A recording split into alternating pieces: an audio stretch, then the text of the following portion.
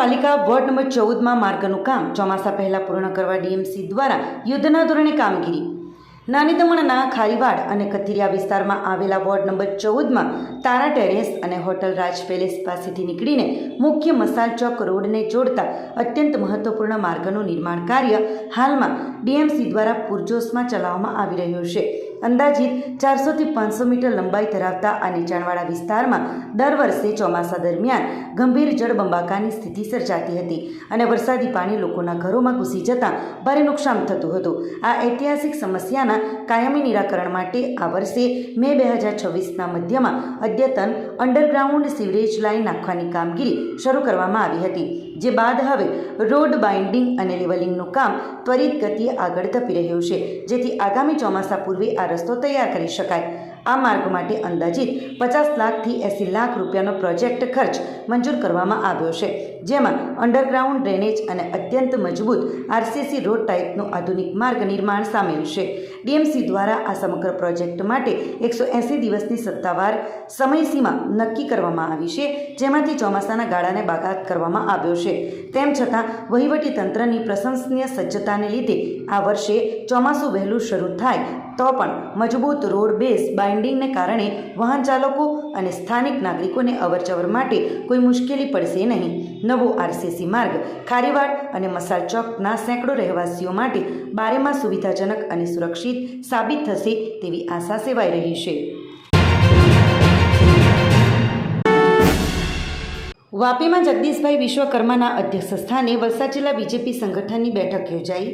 વાપી ખાતે જગદીશભાઈ વિશ્વકર્માના અધ્યક્ષ સ્થાને વલસાડ જિલ્લા બીજેપી સંગઠનના પદાધિકારીઓ અને ચૂંટાયેલા જનપ્રતિનિધિઓની બેઠક યોજાઈ હતી। જગદીશભાઈ વિશ્વકર્માએ જણાવ્યું હતું કે દેશની છેલ્લા 12 વર્ષની વિકાસગાથા અને પક્ષ પ્રત્યે વધતા જનવિશ્વાસનો શ્રેય નરેન્દ્રભાઈ મોદીના નેતૃત્વને જાય છે।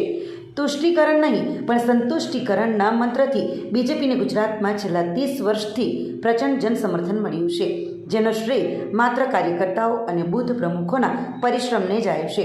તેમણે સ્થાનિક સ્વરાજ્યની ચૂંટણીઓનો ઉલ્લેખ કરી જણાવ્યું હતું કે મહાનગરપાલિકાઓમાં 15માંથી 15, નગરપાલિકાઓમાં 84માંથી 76, જિલ્લા પંચાયતોમાં 34માંથી 33 અને તાલુકા પંચાયતોમાં 260માંથી 229 બેઠકો સાથે પક્ષનો સફળતા દર 95%થી વધુ રહ્યો છે। આજે દેશના 22 રાજ્યોમાં એનડીએની સરકાર છે। તેમણે પદાધિકારીઓને નિયમિત જનસંપર્ક રાખી પ્રજાની સમસ્યાઓનો સમયસર નિકાલ કરવા આહવાન કર્યું હતું।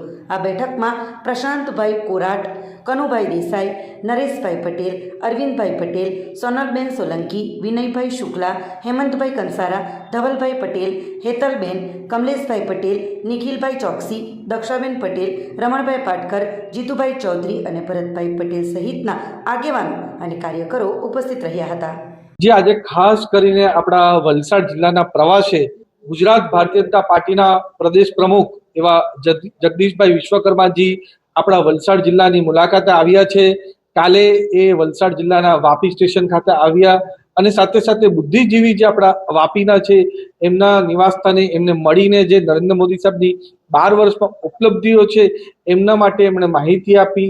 આજે ખાસ કરીને સવારે પહેલો પ્રોગ્રામ જે આપણા વલસાડ જિલ્લાનું સ્વાસ્થ્ય સુધરે એના માટે જે હાર્ટ ડિઝીઝનો જે પ્રમાણ પૂરા ભારત દેશમાં ગુજરાત અને વલસાડમાં વધી રહ્યો છે એના માટે ખાસ કરીને આપણા ડોક્ટર સાહેબને અહીંયા બોલાવવામાં આવ્યા, જેમણે પૂરા ગુજરાતમાં અને ભારતમાં એમણે ખ્યાત નામ મેળવ્યું છે એવા ડોક્ટર સમીરજી, અને એમની સાથે જ આ અલગ અલગ વિષયો પર કઈ રીતના આપણે હાર્ટ ડિઝીઝ પર કંટ્રોલ કરી શકીએ અને હાર્ટ ડિઝીઝથી આપણે પ્રિકોશન કઈ રીતના લઈ શકીએ એના માટે ખાસ એમણે કાર્યક્રમ રાખ્યો હતો। એની સાથે સાથે આજે ભારતીય જનતા પાર્ટીના જે અમારા ચૂંટાયેલા હોદ્દેદારો છે, સાથે ભારતીય જનતા પાર્ટીના કાર્યકર્તાઓ છે, એમની સાથે પણ સંવાદ રાખ્યો છે કે ભારતીય જનતા પાર્ટીની જે હમણાં સ્થાનિક સ્વરાજ્યની ઐતિહાસિક જીત થઈ છે એના માટે પણ એમને બધાને અભિનંદન આપવાના છે અને આગામી કાર્યક્રમોની ચર્ચા કરવાના છે। અને આના પછી ખાસ કરીને અમારા જે ભારતીય જનતા પાર્ટીનું કાર્યાલય બને છે એની પણ મુલાકાતે જવાના છે અને અલગ અલગ બુદ્ધિજીવીને અહીંયા મળીને એમને પ્રોત્સાહન આપવાનું અને 12 વર્ષની ઉપલબ્ધિઓની વાત કરવાના છે। અને એની સાથે એક બીજો પ્રોગ્રામ ખાસ કરીને જે આપણા મોદી સાહેબ પ્રાકૃતિક ખેતીને જે મહત્વ આપી રહ્યા છે એના માટે આપણા પ્રાકૃતિક ખેતીના જે અલગ અલગ પ્રકલ્પો આપણા વલસાડ જિલ્લામાં છે એની પણ મુલાકાત લેવાના છે. અને અમારા પ્રદેશ પ્રમુખ સાહેબ હંમેશા આપણા વલસાડ જિલ્લા માટે સારું વિચારે છે, ચિંતિત રહે છે. એના માટે જ દર બીજા મહિને કે એક મહિનામાં અહીંયા પ્રવાસ કરીને આપણા વલસાડ જિલ્લાનો સારામાં સારો વિકાસ થાય એના માટે પૂરી રીતે કરતું. ઇન્ડિયામાં અત્યારે હાર્ટ ડિઝીઝનું પ્રમાણ બહુ વધી રહ્યું છે અને એને અટકાવવા માટે આપણે જાતે જ પ્રયત્ન કરવો જોઈએ. એટલે ડાયાબિટીસ ઘટાડવાનું, સારું બરાબર ખાવાનું, કોલેસ્ટ્રોલ ચેક કરવાનું, કોલેસ્ટ્રોલ ઓછું રાખવાનું, એક્સરસાઇઝ કરવાની, આ બધું પોતાની જાતે કરવાની જરૂર છે. એટલે દરેક માણસે પોતાની જાતે હેલ્થની કાળજી કરવી જોઈએ અને ઓનરશિપ લેવી જોઈએ કે ભાઈ પોતે સારામાં સારી કેવી રીતે સારું જીવન જીવી શકે અને હાર્ટનો પ્રોબ્લેમ અટકાવી શકે. એ માટે એક્સરસાઇઝ, ડાયટ, કોલેસ્ટ્રોલ લોવરિંગ અને ફેમિલી હિસ્ટ્રી હોય, સ્મોકિંગ કરાય નહીં, બ્લડ પ્રેશરનું કંટ્રોલ કરવો જોઈએ. આ બધી વસ્તુઓનું બરાબર ધ્યાન રાખવું. ડાયટ, સ્ટ્રેસ અને લેક ઓફ એક્સરસાઇઝ, આ 3 બહુ જ ઇમ્પોર્ટન્ટ વસ્તુઓ છે જેના લીધે હાર્ટ ડિઝીઝ વધી રહ્યો છે અને લોકો પોતાની જાતે પોતાની કાળજી નથી કરતા, એના લીધે હાર્ટ ડિઝીઝનું પ્રમાણ. બધી સંશોધનોથી હાર્ટ ડિઝીઝ ઘટી શકે છે. એટલે જેટલું તમે દવાઓ બરાબર લઈ શકો અને કોલેસ્ટ્રોલ ઓછું કરી શકો, એક્સરસાઇઝ કરી શકો, એનાથી તમને ઇન્ટરવેન્શનની જરૂર ઓછી પડે અને તમે પ્રાઇમરીલી પ્રિવેન્ટ કરી શકો. એટલે એનો અર્થ એમ કે તમને થાય એ પહેલાં ડિઝીઝ ન થાય એવી તમે વસ્તુઓ કરી શકો, એવું શક્ય છે. સેલવાસના બાવીસા ફળિયામાં ભંગારના ગોદામમાં ભીષણ આગ. ફાયર વિભાગે આગ પર કાબુ મેળવ્યો. સેલવાસના બાવીસા ફળિયામાં પંચમુખી હનુમાન મંદિર પાછળ આવેલા મુશીરના ભંગારના ગોડાઉનમાં અચાનક આગ લાગતા વિસ્તારમાં ભારે ગભરાહટ ફેલાયો હતો. અહેવાલો અનુસાર રાત્રે 8 વાગ્યાની આસપાસ ગોડાઉનમાંથી ધુમાડો અને જ્વાળાઓ નીકળતી જોઈને સ્થાનિક રહેવાસીઓએ તાત્કાલિક ફાયર વિભાગને જાણ કરી હતી. માહિતી મળતા જ સેલવાસ ફાયર વિભાગની ટીમ ઘટના સ્થળે પહોંચી હતી અને ભારે જહેમત બાદ આગ પર કાબૂ મેળવ્યો હતો. ભંગારના કારણે આગ ઝડપથી ફેલાઈ રહી હતી, પરંતુ ફાયર ફાઇટરોની તત્પરતાને કારણે તે આસપાસના વિસ્તારોમાં ફેલાતી અટકી ગઈ હતી.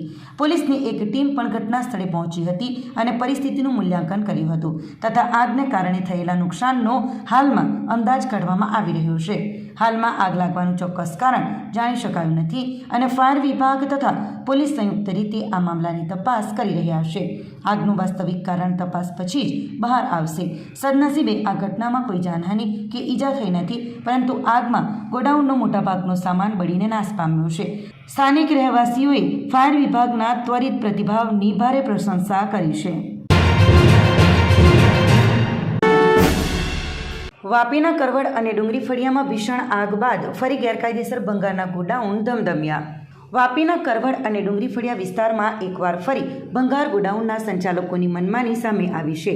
થોડા સમય પહેલાં ભીષણ આગની ઘટનામાં 2 ભંગારના ગોડાઉન બળીને ખાક થઈ ગયા હતા, જેના પછી ડુંગરા પોલીસે 2 ભંગારના વેપારીઓ સામે કેસ નોંધ્યો હતો, પરંતુ હવે પરિસ્થિતિ ફરી ત્યાં જ પહોંચી ગઈ છે.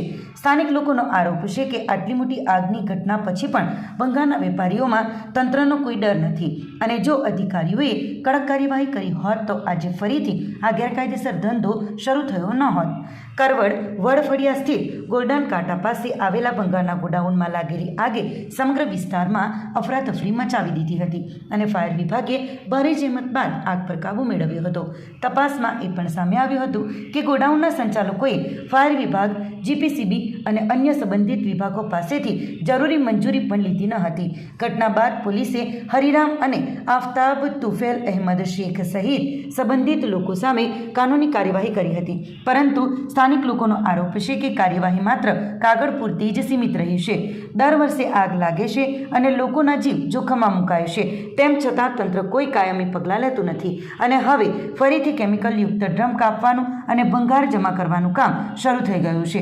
રહીશોનું કહેવું છે કે કરવડ અને ડુંગરી ફળિયામાં ભંગારના ગોડાઉનોમાં આગ લાગવાની ઘટનાઓ સામાન્ય બની ગઈ છે, પરંતુ જવાબદાર વિભાગો આંખ આડા કાન કરી રહ્યા છે, જેથી લોકોએ સવાલ ઉઠાવ્યો છે કે આખરે કોના સંરક્ષણમાં આ ગેરકાયદેસર પ્રવૃત્તિઓ ફરી શરૂ થઈ રહી છે. હવે જોવું એ રહેશે કે તંત્ર આ વખતે માત્ર નોટિસ અને FIR સુધી જ સીમિત રહે છે કે પછી લોકોની સુરક્ષાને ધ્યાનમાં રાખીને કોઈ નક્કર કાર્યવાહી કરે છે. હાલમાં કરવડના લોકોમાં ડર અને નારાજગી બંને જોવા મળી રહ્યા છે અને લોકોનું સ્પષ્ટ કહેવું છે કે જો સમયસર કાર્યવાહી કરવામાં નહીં આવે તો ભવિષ્યમાં કોઈ મોટી દુર્ઘટના સર્જાઈ શકે છે.